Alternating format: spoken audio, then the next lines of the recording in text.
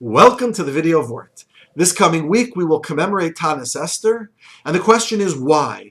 Many answers have been offered to explain that Tanis Esther. One is that just as Esther fasted for 3 days before she went to plead the case of the Jewish people to Achashverosh, and the Jewish people fasted as well, similarly we commemorate that fast by fasting before Purim. The only problem is that Esther fasted for 3 days and not 1 day as we do, and Esther fasted in the month of Nisan, not Adar, as we do. Others suggest that the Jewish people indeed did fast on Erev Purim because a war was about to break out and their lives were hanging in the balance. And in order to bring down God's compassion and mercy and bracha and blessing of salvation, the Jewish people fasted on Erev Purim. Just as they fasted, we fast as well. Third approach is to say that Tanis Esther is a way to help us celebrate Purim better. Purim is a day of great jubilation. We drink more than we ordinarily do. We engage in behaviors that might be just up against the edge.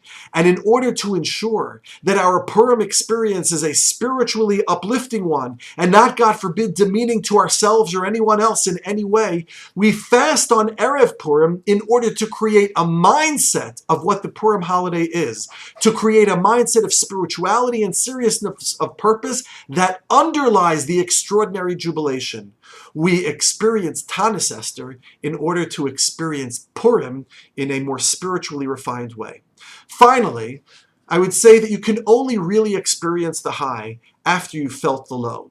And just as in days of old, the Jewish people were under great fear and anxiety and pressure before Purim, thus during the salvation of Purim, they were able to express their joy with great vigor, with great emotion, with a full heart, and say thank you to the Ribono Shel Olam for the great salvation.